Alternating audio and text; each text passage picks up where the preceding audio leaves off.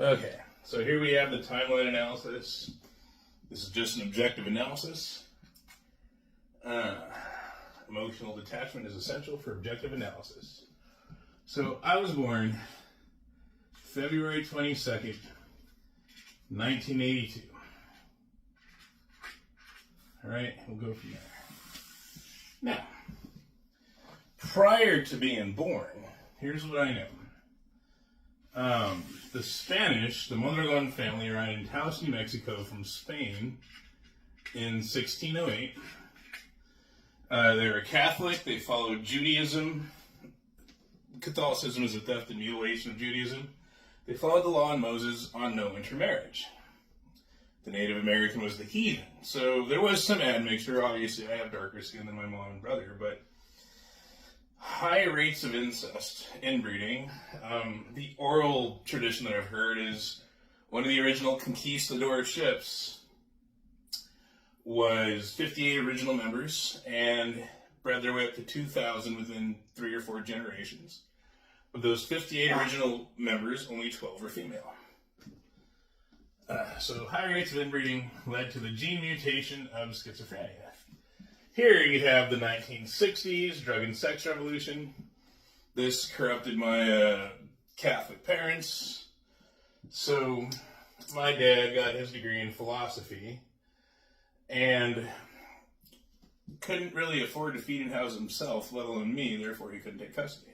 This is all relevant later on. And I want to do a second version of this with a map of the United States so I can actually document this better. Ooh, it's getting warm in here. Excuse me 1 second. Okay, so my parents were divorced before I was 1 year old.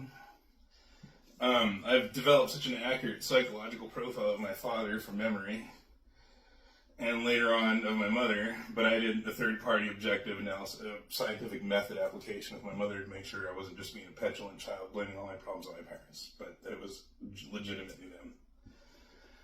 Whew. So my parents were pregnant before they were married. This is what I call a shotgun wedding. A recent Protestant friend of mine called it a sacrament wedding, which I thought was pretty funny. Anyhow, so my dad and mom had sex before they really knew each other. They started a relationship sex first, obviously. If they were divorced before I was 1 year old, before I was a year old, they clearly didn't know each other well before they got married. They got married because my dad got my mom pregnant. My dad could have made a better selection in women because my mom is where the schizophrenia comes from. This is what else I know, but I'll get into that later on. So my dad, mom divorced, year old. In 5th grade, so 1992, I had scored gifted. Was eligible for grants in a private school with my test scores. That's because I get a hereditary high IQ from my dad. It's not that high, but it's not that low. I think gifted is 135 to 140. So this was my one chance out of poverty. Grants in a private school with my test scores. My dad could not afford to feed and house himself, let alone me. But him and my mom had a meeting that summer because my older gang member brother was already arrested, incarcerated at 12 years old. He was 2 to 3 years older than me, depending what time of year it was. He was a, drug-using gangster, committed a lot of violent crimes and whatnot. Anyhow, both my mom and dad knew that if they did not get me out of the house and away from my older gang member brother, I would not make it into private school with those, my opportunity to get out of poverty. My dad, despite always blaming all of his circumstances on my mom, like weak men do, everything's the woman's fault, rejected custody. And I remember that because I was present when him and, my mom had a meeting with the school and then when they had the meeting on their own. It's amazing what memories you can recover, even from early childhood, when you don't do drugs or quit doing drugs. And alcohol is a drug. So my dad rejected custody of me because he couldn't afford it. My older brother got out of, kiddie prison that summer and forced marijuana on me, which activates and exacerbates schizophrenia. This led to me being homeless and on drugs most of my life until I attempted suicide, is my guess, but I don't know. My mind wasn't really all there. I was in cannabis-induced psychosis. In 2008, March 15th, 2008 specifically. Now, I just want to pause here for a second, because later on, in 2012 roughly, I started studying psychology, and so I began to isolate and identify contributing factors to maladaptive thoughts and behaviors. You can do this yourself. So what you do is you recover memories and establish a timeline of your life, and then do factor analysis overlapped on the timeline analysis. So in your memories, you isolate and identify environmental stimulus that acts as contributing factors to maladaptive thoughts and behavior. Snoop Dogg and other gangster rap, which I saw a video that stated the CIA admitted that gangster rap, hip-hop in the 90s was their biggest and most effective propaganda campaign. I believe it. It's complete drug propaganda, porn propaganda, etc. It's socially engineering a hypersexualized hookup culture of drug abuse and addiction. Remind me of the last rap song that positively glorified and reinforced monogamy, sobriety, abstinence from drugs, academic and career goal achievement, etc. So, marijuana, Snoop Dogg, gang member brother. My brother was very inspired by Snoop Dogg. When I do the map version of this, I want to show that, like, in the state of California, quick line of California here, it's like a turd. That's where they recorded the songs, the audio, and then mass-produced it on cassette tapes and then CDs when compact discs were later invented, and disseminate it. Like, if this is a cancer, this is the epicenter. This is the tumor that went metastatic and spread across trade routes. So we have the moral contagion, social diffusion network factor, right? In my case, it spread east to Albuquerque and was disseminated to, warehouses from semi-trucks, of course, and then to things like Hastings and Blockbuster, and then to my little tiny home in Bernalillo.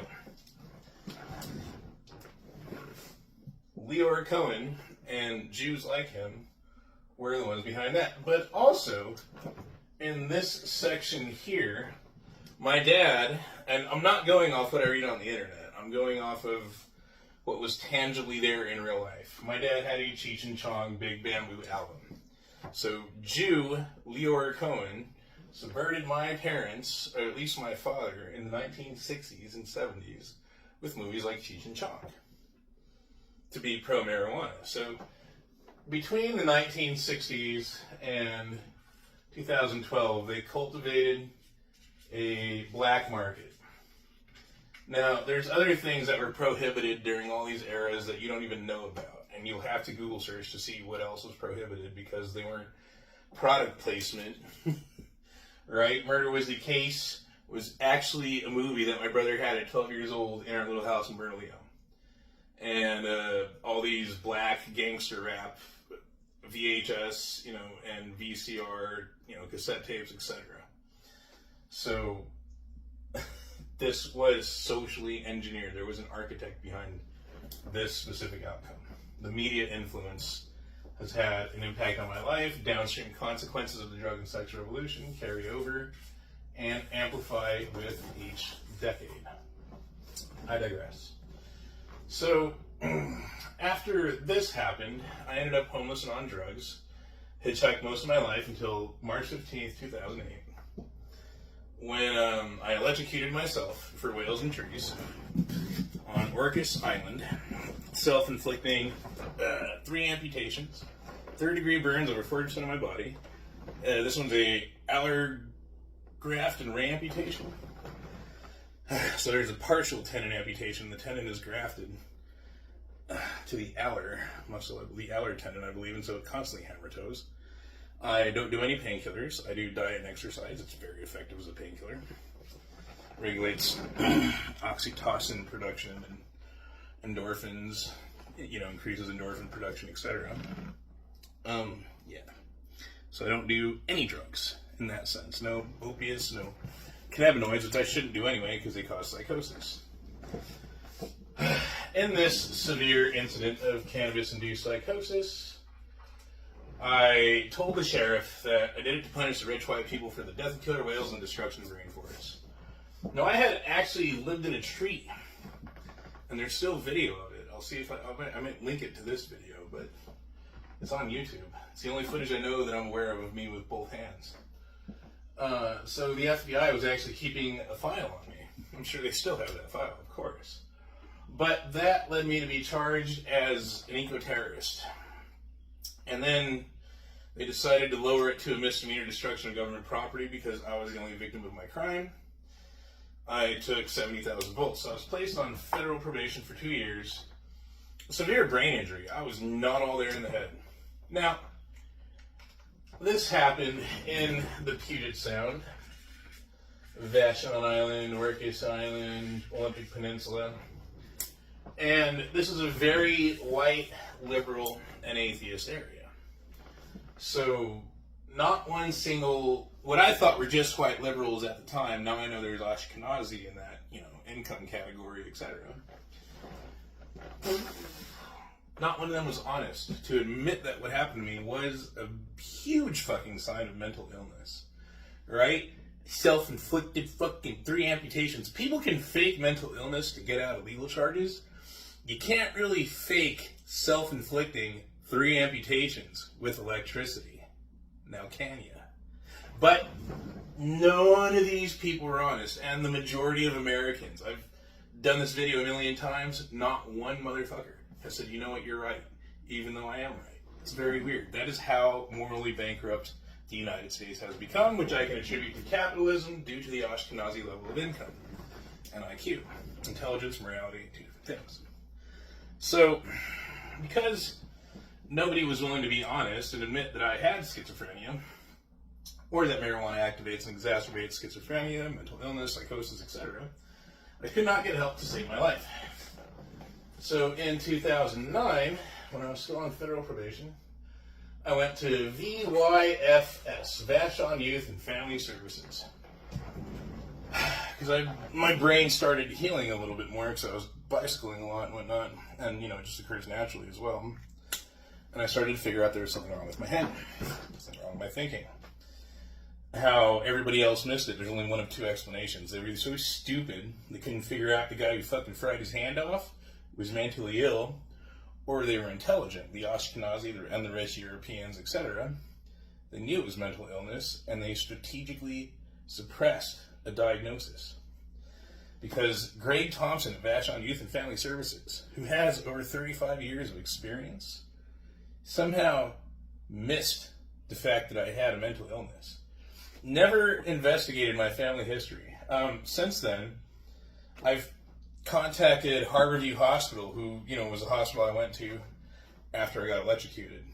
I can tell that story real quick, actually. So, when this happened, I remember hitting the wire and going, boom, and seeing my own body from outside of it. And a voice inside me said, "It's not that hard to exhale." And I went, "Ugh." And all this thick black smoke came out of my mouth. And I was back in my body, and I stood up, and I made it about 3 steps, and I fell down. I started crying for help. Some really hot, beautiful women pulled over, and they're like, "What's wrong?" And I was like, "Oh no," and she said, "How can we help?" I said, "I don't know." So I just asked her to hold my hand. She was holding my hand, and it was fucking fried, like the flesh was burnt and cooking, and they kept looking at my butt. I looked back at my butt. There was a little flame in my butt crack. I remember that. And the sheriff showed up. They got me in the ambulance to the helicopter, and I remember talking with the pilot before I finally passed out from the painkillers. When I woke up in the hospital, a woman was trying to get me to sign a release to amputate my foot. And I woke up like, "What the fuck are you doing, lady?" She said, "We're going to amputate your foot." I said, "No, you're fucking not." She started an argument with me. I cussed her out. She's like, "I'm going to get the doctor." I said, "You're not even the fucking doctor?" The doctor came in. He said, "Why do you think we don't have to amputate your foot?" Unbeknownst to him, when I was 18, I wanted to be a doctor. So I used to eat barbecue while watching the Surgery Channel, because back then the Surgery Channel was on cable, and people who ran the place that I lived had cable. I also somehow got the anatomy coloring book when I was young, and I only colored 2 pages out of it when I was a teenager because of schizophrenia. But that information from childhood and adolescence came in handy, because when I looked at my foot with the skin open, I said it was from the 2 pages that I colored in the anatomy coloring book in the 90s. I said, that is healthy adipose tissue, and those are healthy pink ligaments that does not look like burnt hamburger on a barbecue grill. And the doctor said, you know what? He's right. See, that's why I would have made a good surgeon. I literally looked at my own foot filleted open and didn't react, in an emotionally crisis or any of that sort of manner. The doctor agreed with me. He's right. We could save his foot. I'm like, what the fuck? And so later on, I found out they do the wrong amputations in the hospitals all the time. So I got that release paperwork, so they released me into FBI custody, and somehow from there I ended up on Vashon Island, which I have no idea how that happened. I don't know how the FBI was so incompetent that not one federal fucking Bureau of Investigation agent said, wait, maybe he's got fucking mental illness. Maybe we shouldn't release him to Vashon, this hypersexualized subculture of drug abuse and addiction, right? Just saturated with fucking drugs. Maybe drugs and alcohol are bad for this guy. No, the FBI was like, brr. So I was on my own. Growing up poor Mexican, I was very unaware of the highly advanced and elegant levels of deception and manipulation of the rich whites and the Ashkenazis. I know now from experience because I survived. The scars to prove it. So Greg Thompson did not bother to inquire for my release paperwork from Harborview. I got it later on. I still have it with me. I have the physical printout. And it's on the record at the hospital. I was rubber stamped bipolar type 2 and manic with no follow-up treatment for my bipolar or mania diagnosis in the hospital, even though I just fucking fried my hand off and parts of my feet. And Greg Thompson somehow didn't think to get that fucking paperwork, discharge, paperwork, even though Harborview was only 19 miles away and they have fax machines and emails and postal service. No, he didn't even look up from his desk when I went in there. He said, yeah, you're fine, get a job. Didn't even look up from his desk. Fucking man tits. Anyway, schizophrenic medication. That's why I don't do meds. So, because he deliberately misdiagnosed me, my theory is drug dealers actually run the island more than the government or the police, etc. And the hierarchy of power, of political power on Vashon, is drug dealers at the top, and drug dealers knew that I was schizophrenic. These are white people. These are rich white people. They're not fucking stupid. The lower class of Vashon, the poor whites, like the trailer trash Vashonites, they're stupid enough to believe marijuana is harmless. But the rich upper class, no, they knew everything. They probably knew better than me what was wrong with me and weaponized it against me. So I'm pretty sure Greg was told from above him on the pecking order, do not diagnose this guy, do not tell him he's got a mental illness, etc. Keep Vashon weird, which essentially meant keep him poor. Don't let me rise up in income through sobriety, etc. Plus, not only was this proof that marijuana was bad, but in quitting marijuana and drinking, etc., I started to do a lot better, and that was really bad for profit for the drug dealers who run the island. So, Greg Thompson did not give me an accurate diagnosis or medication. He said, you're fine, get a job. And I tried to take his advice. And then I got moved into a house, little yellow house across from the library. And instead of it being honest, instead of honest, white people being honest on Vashon, or etc., they were making their own booze and giving it to me. And the Vashon Island tight-knit community apparently could not take it seriously that with my Native American genetics, I shouldn't be drinking fucking alcohol. Let alone smoking marijuana because of my genetic history, predisposition to schizophrenia from the conquistador family's inbreeding. You can Google hereditary conditions, conquistador families, northern New Mexico, a whole bunch of stuff comes up because families that have been in the Americas for centuries like mine, pretty inbred. I digress. So because that happened, the Strawberry Festival in 2009, I allegedly hit on a kid. I was convicted of it. But I was on federal probation at the time. And So this is why I don't know if it really happened or not. This is rich white people manipulating government and judges, etc., right? Somehow, my mental illness was not brought up as a legal defense. But later on, I tried to buy a gun, and I was denied on the basis of the fact that I had a mental illness. So, this is what happens when rich white liberals or Ashkenazi, right, drug pushers, etc., have their own governments. They weaponize it, so I'm simultaneously mentally ill to deny me a firearm, but not mentally ill to protect me from, prosecution. But the FBI saw through it. It took white people to see through the bullshit of other white people, including Ashkenazi. And the FBI, who had me on probation for 2 years, they let me off probation, and he told me very specifically, we're supposed to violate you because of this incident here that happened at the Strawberry Festival, but there's too many signs that tell us that they're full of shit. I said, what do you mean? He said, well, why did it take over a year to file the charges?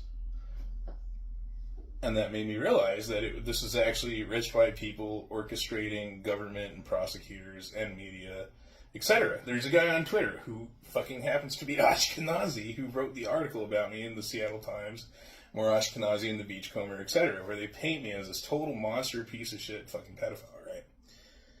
And I'm like, holy fuck, this is how dangerous these fucking Ashkenazi Jews are. They just victimize innocent people. Like, had any of them got me a caregiver or gotten me on medication by just simply honestly admitting that I had schizophrenia, the guy who fucking fried his hand off, clear mental illness. No.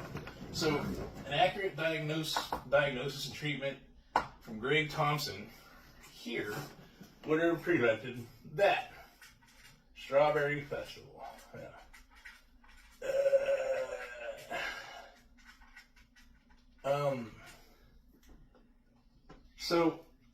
But not only depriving me of mental illness diagnosis and treatment, but secondhand marijuana coming up in the house I was living from the basement below me. These fucking retarded white liberals, the lower class of Ashon, moved a bunch of drunken stoner drug addicts in the basement, and so the secondhand marijuana was coming up through the basement floor into my room, and therefore setting off my schizophrenia.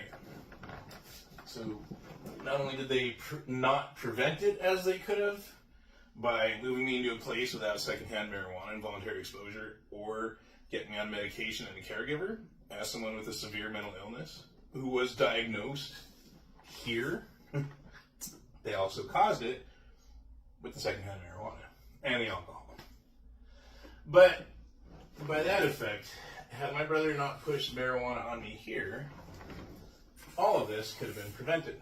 And I could have been in college at 16 because my test scores were that good. So all of this could have been prevented, not only by killing the local drug dealer, whoever sold my brother marijuana, or killing the local drug dealer, whoever was giving me marijuana, or killing the local drug dealer, whoever was giving Derek and all the people who were living in the basement marijuana, right? All this could have been prevented with mental health diagnosis, or my mom being honest about the family history of schizophrenia. I don't just blame my mother, I also blame my mom. When I identified environmental stimulus that acts as contributing factors to maladaptive thoughts and behavior, it's not just Lou Adler and Leora Cohen. It's also my mom, my brother, and father.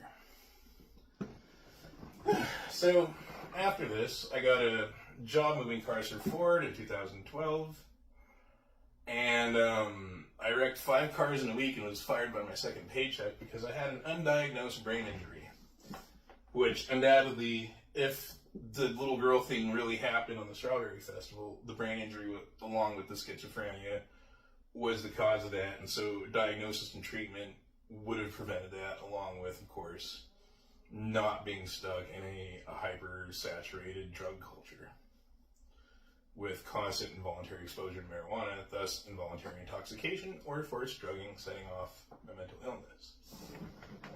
All this could have been prevented by white people being honest and drug-free. And all this could have been prevented by Mexicans being honest and drug-free. So in 2012, brain injury became really apparent. So that's when I started going to YouTube and looking up psychology and neuroscience videos.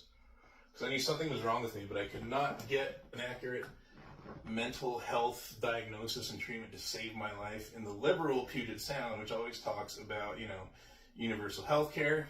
And while that was going on, they were blaming everything on Trump and the Republicans. So the very white people who fucked me over here, who I still remember a lot of their names, like Greg Thompson, or April Joy Sherman, who moved me in that house with the druggies and the booze hounds and shit.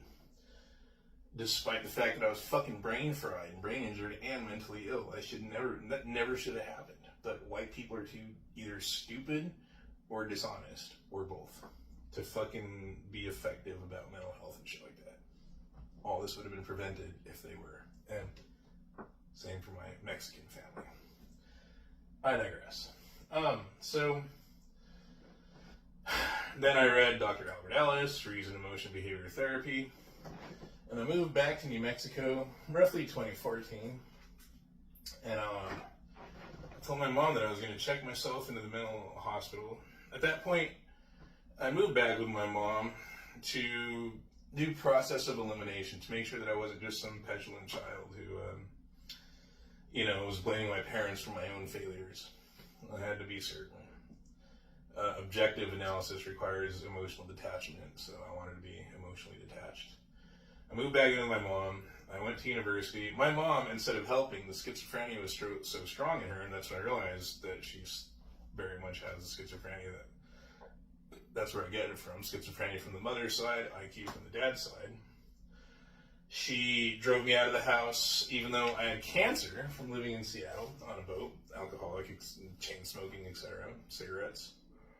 My mom, I had gotten surgery and a skin graft when they did an excision on the cancer in my foot. Now, my mom didn't wait for the skin graft to heal, even though the doctors told me right in front of her that I should be off my foot and recover for a few weeks.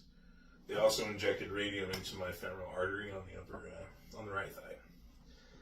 My mom drove me out of the house on foot, homeless, in the back, everything in my backpack, and I ended up back on the Mesa. So my family absolutely drives me towards homelessness and drugs. They don't lift me up towards, career and success. They literally drag me down and push me towards poverty, homelessness, drugs, etc. So that's another emotional detachment, is I no longer get emotionally responsive on Christmases and things like that about the fact that I don't communicate with my family anymore, because objectively things are better with them out of my life, hence process of elimination, scientific method. They are destructive, not helpful. I digress. So my mom, when I told her that I was going to go to the mental hospital, she began crying. And at that point, I had learned enough psychology that her involuntary emotional response told me more than she wanted. She was saying so much without saying a word. And I realized that her mother, my grandmother, was in the Las Vegas, New Mexico mental institution. So I filed a personal representative request order and gained access to my deceased grandmother's medical records. Her records had been destroyed in 1985. They destroyed them after 10 years, but they still had her ID card on file. She was in the mental home twice, once in 1963. I have the copies of the card. 1962, 1963, around there. And the second time in 1974. The first time was voluntary. The second time was emergency order. Both times she was diagnosed paranoid schizophrenic. So now we have family history of schizophrenia. 1964, or 62, and 74. Grandma schizo. We'll just put that as GS. So that is the gene mutation caused by the inbreeding. Now, even without a genetic predisposition, cannabis can still cause psychosis in people. There are a ton of examples about that. Junkie, drug pushers, government, none of these people are honest. If they were honest, I either would have got a gun because I don't have a mental illness, or I never would have been charged because I do have a mental illness. Right? How can it be both at the same time? It's weird. It's like the rich white people are full of shit, and they just weaponize the courts and the governments and the media, etc. And they just happen to be fucking Ashkenazi too. The guy has a fucking Twitter account. He's got Levi's and Cohen's and Witz's and Berg's and Stein's commenting on all those posts. And I confronted him on it. Never got a response. Because they know they're full of shit. And they knew everything. It was a coordinated, strategic effort. They're not stupid. They know they Jewed me, right? Or they fucked me over. They whitey oppressed me, however you want to frame it. I never stood a chance with rich white people at the game of deception and manipulation, especially being brain injured and schizophrenic. I wasn't even aware of what was going on. So the victim painted as a villain. Anyhow, so once I figured out, schizoaffective disorder, etc., I was quitting drinking and things like that. I ended up living on a sailboat on the East Coast for a while, and I went through a whole negative thing there. So I moved back to New Mexico in 2018 to return to my family to try to make things right. This is my last attempt. It didn't work out. It's them, not me. So when this happened, I moved into this house in a place called the War Zone in Albuquerque. Now they call it the International Zone, but a lot of drugs and homelessness, which is most of the city, but it's really bad in that particular neighborhood. I never should have been there in the first place, like all these other situations, and so many more that you don't know about because they only affected me and no one gives a shit about me. But this one, the landlord, so the neighbor was smoking marijuana next door. They had just, I don't know if they had just legalized it. New Mexico's always had a big drug problem. But the secondhand marijuana smoke went into the house that I was living in because I had the doors and windows open because it was summer and it was hot. And that secondhand marijuana set me off into schizophrenia. In the schizophrenic episode where I experienced hallucinations, suicidal, homicidal thoughts, etc., the landlord showed up. At that time, I was watching Sakurai Death Frenzy. It's an anime which showed some samurai clan swords karate, where they do this thing where they lift the sword above the head and bring it down. And somehow I did the same move on my landlord. I put my landlord in the hospital with 7 stitches with a baseball bat. But I grabbed that baseball bat, and I broke the tip, the end of the bat, so it had a sharp edge, right? A sharp splinter.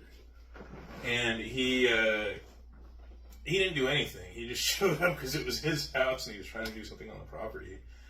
And someone started shouting at him, "Don't do that," like schizo word salad. And I brought up the bat and then brought it down, just like in the anime. And it sliced open right above his eyeball and blood just started gushing into his eye. Just like the anime. It was a strategy. And so he left and he went to the hospital. And I was never charged.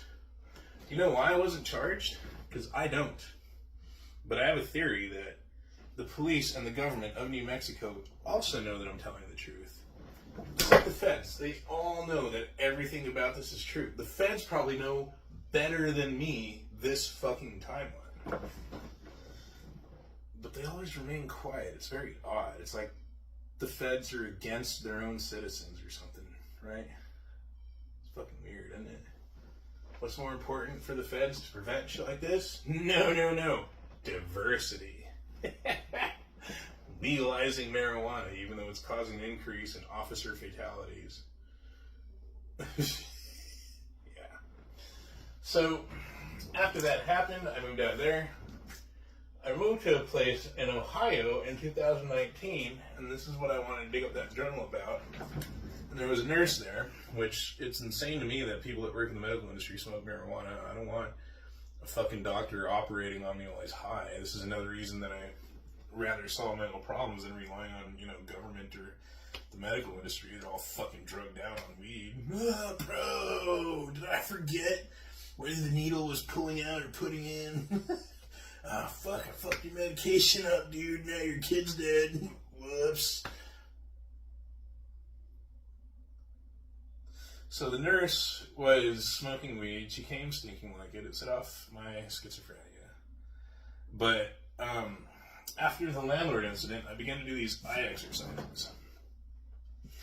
And doing those was based on a neuroscience article I read from a doctor in India who had awoken people in a coma with nervous stimulation. So I figured the neurostimulation would work the right prefrontal cortex, because that's where impulse control comes in, and I figured the electrical damage to my brain, a contributing factor to the Strawberry Festival little girl incident, if it even happened. Probably did, I don't know. I honestly don't remember. Could have, it could not have. But because I was focusing on frontal lobe development over the amygdala, right? So that way the frontal lobe would be stronger than the amygdala, therefore impulse control would be stronger than compulsion. And nothing happened to that girl the way it happened to my landlord. So that girl was very skinny. She was early 20s, maybe 100 pounds. She was like a bird. I could just tell looking at her. She had very low bone density and muscle mass. Very small, very weak, very easy to kill with one hand, especially me because I was lifting weights. And so the smell of marijuana caused me to go into this wild, extremely vivid hallucination where I was seeing lights flashing like a rave. And then I was seeing my ex-fiance dancing like the stripper in front of me, and I had a knife, and I was stabbing her, and I was cutting off her face and peeling the skin of her face off of her skull and things like that. And so this is a red flag for me, right? This is something that was worrying. And then I began to create steps in my mind as to how I was going to kill this woman. And one of that was, we lived in the basement, which had a concrete floor.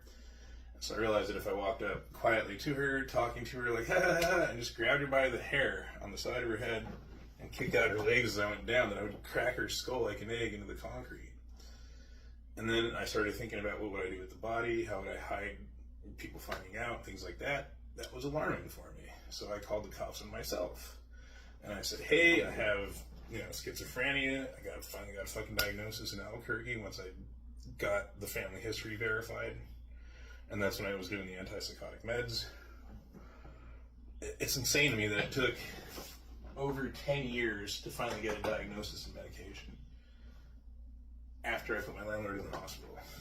The house that happened at was where I was living when I got the, grandma's schizophrenia paperwork.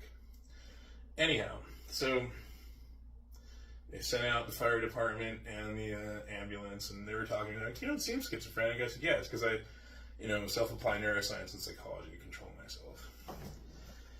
He seems fine. How many stories have we heard like that, right? This guy seemed fine and then fucking killed a bunch of people. But, like that guy who shot at McDonald's in California. Anyway, there's a whole, I've studied case studies about people with my condition and who ended up committing murder or mass murders. Anyhow, so in prevention, when I went in for an assessment, I knew exactly what to say to get medication, but not be locked away because of my studying psychology. Now, there's nothing unethical about that because I was still preventing myself from hurting anyone or myself, but I didn't want to be involuntarily committed either. I couldn't trust anyone. I was in a new situation. I didn't know my new roommates or landlords that well or anything. So that worked. I got emergency dopamine blocker antipsychotic medication, which I think is causing these fucking man tits. I want to get rid of these. Fucking shit, man. America's such a fucked up place. And I moved out of there, back to Albuquerque. Eventually, I figured out that just identifying secondhand marijuana as a cause and eliminating involuntary exposure to secondhand marijuana, that's when I started keeping journals. It was after the landlord incident. And I started documenting, time, date, location of secondhand marijuana involuntary exposure and symptoms. What I was hallucinating, what the voices in the head were saying, how much voices were, in my head, etc. And that's when I realized that just with the absence of secondhand marijuana, which is rare, but there are pockets in the United States where nobody smokes weed, just really isolated from society because we have an evil government that's increasing availability, therefore deliberately increasing substance abuse amongst its own population for elite billionaires like Elon Musk, I guess. Anyway, globalist bankers. But I stopped doing the medication because it was having negative side effects. like weight gain and man tits. And I started to do diet and exercise and involuntary exposure elimination, reduction, avoidance strategies. And that reduced my schizophrenia 80 to 90%. So right now I'm in university with a 3.7 GPA, I believe. It might be up to 3.8 now, might not, but I'm working on it, so it will be soon, if not 3.9. Where I'm at now, in university, in 2024, is where I should have been, I don't know, here. In 1998, because I was part of a program called Upward Bound. It was a high school to college program, and my test scores weren't that high, but then the marijuana set off the schizophrenia, so I ran away at 17. And just like so many other case studies of people on marijuana, right? Fell off the grid, went homeless, etc. Which is interesting because they accidentally dropped me from disability in 2021. Oh yeah, in 2021, I got a brain scan.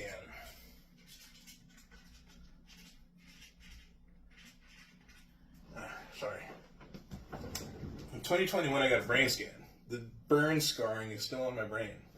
Somehow the Ashkenazis have actually fucking missed the fact that I was brain injured and schizophrenic, despite the fact that I self-induced 3 amputations with over 70,000 volts of electricity.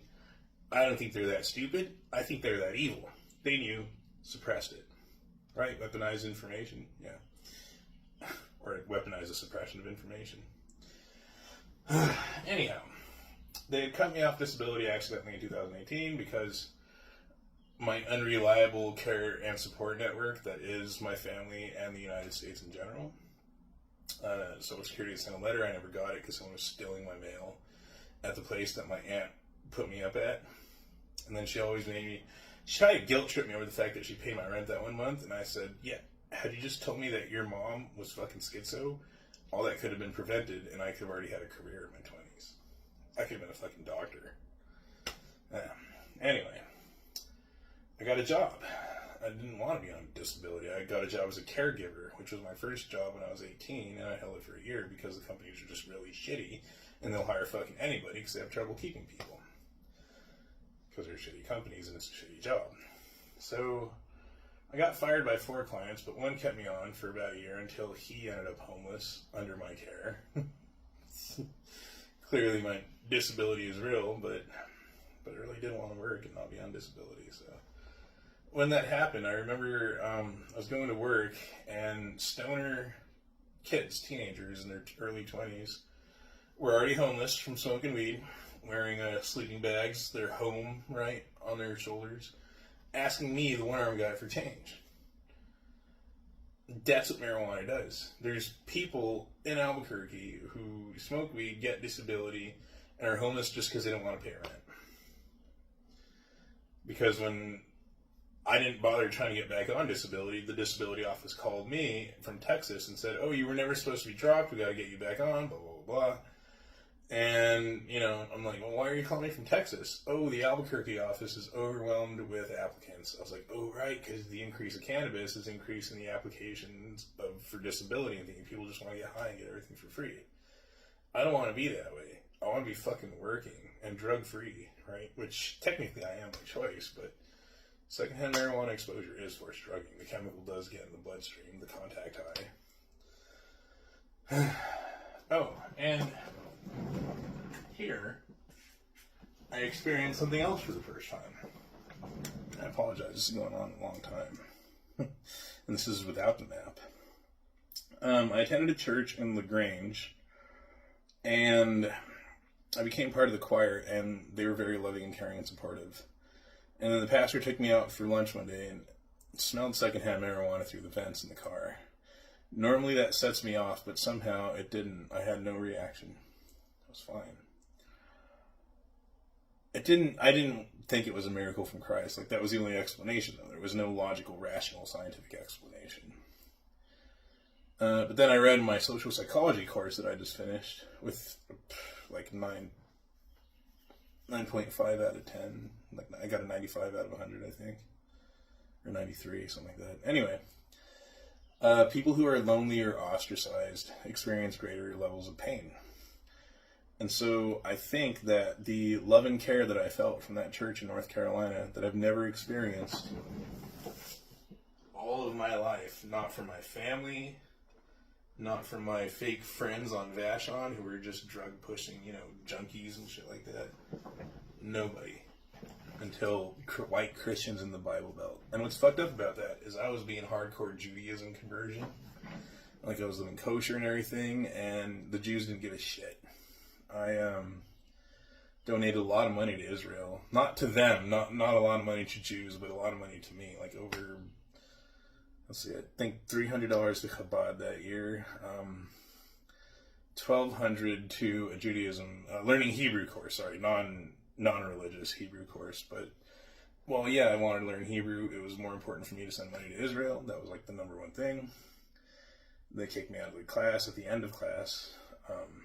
And I probably deserved it. Schizophrenic. I'm sure I had some behavior flare-ups in the Zoom meetings. But it was fine. Like, nobody got hurt or anything, so they let me finish the course before saying, you're not welcome to come back. But yeah, so almost $1,500 to $2,000 went to Jewish causes. I donated $100 to Sadel, which is a Gentile in the IDF program, and things like that. And despite that, for over a year, the Jews would do the online stuff through my electronic devices, but that's no substitute for real-life human interaction. So the Christians drove out, picked me up from the house, got me to church, got me food, gave me money, actually supported me financially. Where the rabbi said, I have to move closer to the synagogue for the relationship to be reciprocal. And I'm thinking, well, how is it that I can electronically transfer you money, but you can't transfer me money? When I went to him for help and said, hey, I'm out of food. I don't want to break my kosher stuff. The roommate has a bunch of pig meat, but I don't want to break the kosher. Can you help me out with kosher food or money for kosher food? No response. Even though I dumped a bunch of money into his fucking causes, right? So, yeah. And there's also the mental health benefits of being in a church choir. Because while that was going on, my landlord was being a real fucking asshole. But the angry emotions, the negative emotions, when they would flare up, I'd be singing in the choir, and they would all go away. It was wild. And then, of course, Joe Biden fucking legalizes marijuana because he wants more heinous shit like this to happen, and worse. What a nightmare. Oh, right, one more thing. In this period right here, 2018 to 2019, when I was still cut off disability, I tried to get a job at a rest home, a nursing home for old people.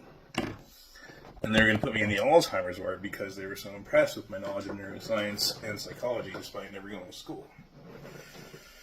So they did the background check, which was fine for New Mexico, but then the thing from, Vashon Island showed up, so they didn't hire me. Even 10 years later, the Vashon Island fucking Ashkenazi Jew corruption was still fucking me over. And to this day, this is the one thing I know about these Ashkenazi Jews and white liberals of Vashon, etc. I guarantee if I were to go back there, not one of them would be honest and say, okay, you were right. You've got the documents to prove it. You've got your grandma's schizophrenic diagnosis. You've got your Heart Review Hospital discharge paperwork with bipolar type 2 and mania on it. You got the fucking evidence of your mental illness. You're clearly not faking it with your self-inflicted amputations. But we're still going to lie right to your face and tell you there's no mental illness, you're fine, and weed is harmless. I guarantee you that's still going to be a thing. If I were to go to Vashon, it's been over a decade now, yeah. Because that's how corrupt these people are.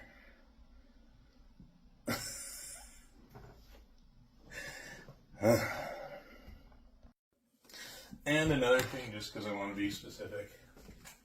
So, if any of you try this, if any of you decide to do your own timeline, when I recover my memories from childhood, I try to pause the memory, like I freeze time. And then I walk into the room of my childhood, and I look at objects in the room. I see the television, I see the VCR, big box set, I see Snoop Dogg, and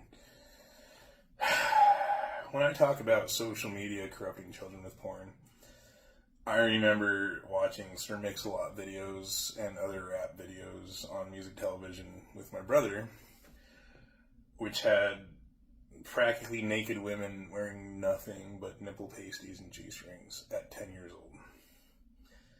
The smartphone just makes it easier to corrupt children across long distances. This is when I came to this thing about this is how the CIA can topple governments, right? They just got to get smartphones, their smartphones, behind enemy lines. So now pornography can be filmed here and watched by children here in less than a second. Would it take to get the porn from here to here instead of actually having to produce it on VHS tapes and put it in a semi-truck and drive it down a highway to a pornography store in Albuquerque? Or rap videos. They had literal porn rap videos, so obviously porn propaganda. Other observations when I do that, though, because there was no adult present. My mom was a single mom, so my dad. This reflects a distinct absence of a responsible parent present, because not only should I have never had drugs, marijuana pushed on me in the summer after 5th grade by my older brother, but I never should have been watching rap videos, which are essentially pornography and drug propaganda, at 10 years old. So when I redo this timeline in my mind, but in a different way, like had my parents stuck to Catholicism and waited to have sex until after marriage and gotten to know each other better and therefore not gotten divorced, at least not so quickly, my dad would have worked and my mom would have been at home to prevent my older brother from pushing drugs and porn on me. Rap, porn. It was porn. He actually did also show me straight up porn produced by the same rap people. Your Cohen. Right? Yeah. The Cohens, the Cohenim. Yeah. The ones who are only allowed to marry a virgin, according to this week's Pasha. So that is another downstream consequence of the drug and sex revolution. Arguably, the decline of two-parent households and rise in the divorce rate. But I did a profile on George Floyd, just based on his toxicology report: cannabinoids, methamphetamines, and fentanyl. The presence of cannabinoids is what I find the most significant. Most likely, George Floyd began smoking marijuana at a very young age. Elementary school, maybe middle school at the latest. And this consumption of marijuana not only led to the methamphetamines and fentanyl, you see the gateway drug effect in his toxicology report. I mean, I don't know this for certain, but deductive reasoning, right? Objective, deductive analysis, this is a very likely scenario. But also led to his crime record.